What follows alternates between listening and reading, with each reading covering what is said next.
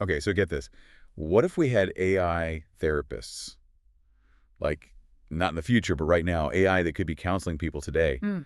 We're looking at this wild research study from PLOS Mental Health, Hmm. and it's going to make you rethink everything. Yeah, it really flips the script on what therapy even is. I mean, are we just asking, can AI act like a therapist, or can it actually be as good or even better? And you know what? The answers might just shock you. Okay, so picture this. They did like a modern Turing test, right? They got 13 real-deal therapy experts, psychologists, marriage and family therapists, you name it. And they also had ChatGPT 4.0, and they gave each of them 18 different couple therapy scenarios to respond to. Mm-hmm. Then they had over 800 people try to guess who wrote which response. Like, was it the human or was it the AI? And here's the mind-blowing part. People were only 5% better than random chance at figuring it out. Wow. I mean, that means like you, me, pretty much anyone listening would probably be totally fooled. That is kind of freaky, right? Like, is AI already passing as human? But hold on, even if it can fool us, the big question is, can it actually be a good therapist? Okay, now that's where things get really interesting.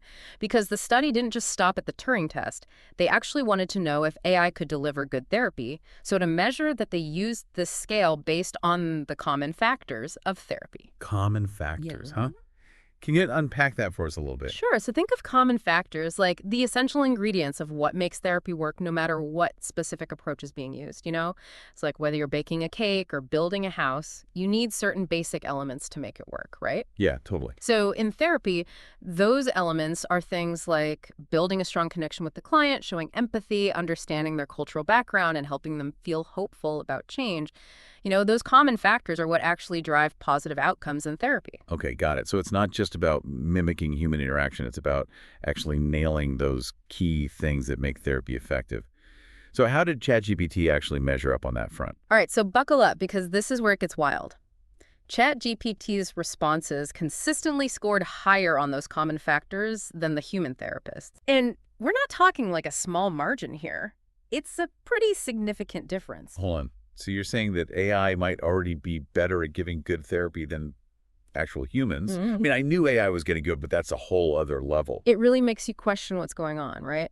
One possibility is ChatGPT's access to like this massive amount of data. Mhm. It can analyze language in an instant, find patterns, and pull from a knowledge base that's way bigger than any human therapist could ever have. It's like having the entire history of therapy at your fingertips right there. But Uh-huh. I mean, is it just a trick? Is it actually understanding what the client needs? Or is it just mimicking human responses, but in this crazy, sophisticated way? Right. Yeah. That's the question, isn't it? It's tough to say for sure, but the researchers also looked into the language that ChatGPT was using, and they found that its responses were longer used, more descriptive words, and had a more positive sentiment overall.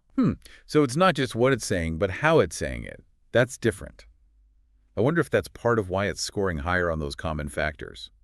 Maybe that style of communication just really clicks with people. Yeah, It almost sounds like it's going for that sense of hopefulness and understanding. that's possible. You know, we always think of AI as being cold and calculating, but what if it's actually tapping into something really fundamental about how we communicate and connect with each other? Yeah, It's a pretty profound idea. that's really interesting food for thought for sure. It's wild to think about, right? We might be seeing AI getting at the very core of human connection, maybe even surpassing us in areas we always thought were like uniquely human.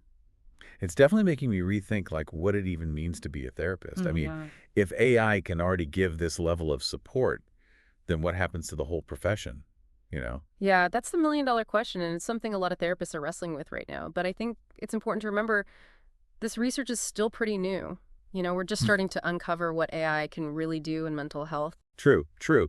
But it feels like it's moving so fast. Like every day, there's some new crazy breakthrough. And with so many people needing mental health help, it's hard not to get excited about the potential here. Oh, absolutely. Think about the possibilities. AI therapy could be there 24/7, no matter where you are or how much money you make. It could be in different languages and even adapt to different cultures. We could reach so many more people who are struggling to get help right now. That's a really good point. I mean, it's hard to argue with that, but there's always another side of the coin. Right? Yeah. We got to think about the risks and like the ethical stuff too. For sure. No tech is perfect, right? One of the big worries is data privacy. I mean, AI therapists are going to be collecting tons of sensitive information. We need to make sure that data is kept safe and used the right way. Yeah, totally. And what about bias? Mm. You know, how AI can pick up biases from the people who make it or the data it learns from. How do we make sure that AI therapists are treating everyone fairly, no matter who they are or where they come from? That's a huge point. We got to make sure that lots of different people and perspectives are involved in making and training these systems. We need to be proactive about finding and fixing potential biases and always be checking how AI therapists are doing with different groups of people. Okay, so we got data privacy, potential bias. What other ethical things should we be thinking about? Well, one thing that comes up a lot is the role of humans in all this. Can we really trust AI to make good clinical decisions? What if an AI therapist misunderstands something or doesn't pick up on signs of a crisis? That's a really valid point. I mean, therapy isn't just following a script. It's about human connection, intuition, being able to adjust to each person's needs. Could AI ever really do that? It's still up for debate, but I think it's important to remember AI doesn't have to replace human therapists. We can think of it more like a powerful tool that can help them do their jobs even better. So instead of like AI versus humans, maybe it's more like AI and humans working together. Like AI could handle the more routine things like scheduling appointments or giving basic info. And then human therapists can focus on the more complex stuff that needs that human touch. Exactly. We can use the strengths of both AI and humans to make mental health care more effective and easier to get. It's not about picking one over the other. It's about figuring out how to combine them to help everyone. I like that approach. It feels way more collaborative, like AI isn't trying to take over. But even then, there's still a lot of ethical challenges to figure out, like, who's responsible if an AI therapist makes a mistake? Is it the people who made the therapist who's supervising it, or someone else entirely?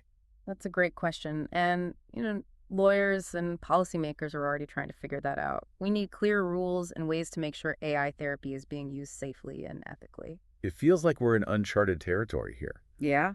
This tech is changing so fast, and it brings up so many complex questions that we haven't even really started to address. It's definitely a lot to think about, but I think it's important to have these conversations now while the tech is still relatively new. We have a chance to shape the future of AI in a way that reflects our values and helps humanity as a whole. And that's where you, the listener, come in. This isn't just a conversation for experts and policymakers. It needs to happen everywhere.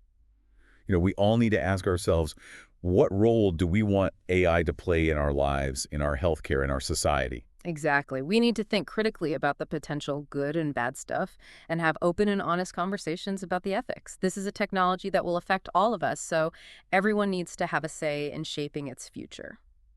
So as we wrap up this part of the deep dive, I want to leave you with a few things to ponder. First, how do you feel about this whole AI therapist thing? Does it make you excited or does it worry you? And second, what can we do both on our own and together to make sure AI is used responsibly and ethically in mental health? This is bigger than just therapy. It's about the future of tech and what it means to be human. We've got a lot to think about, but one thing's for sure. This conversation is just getting started.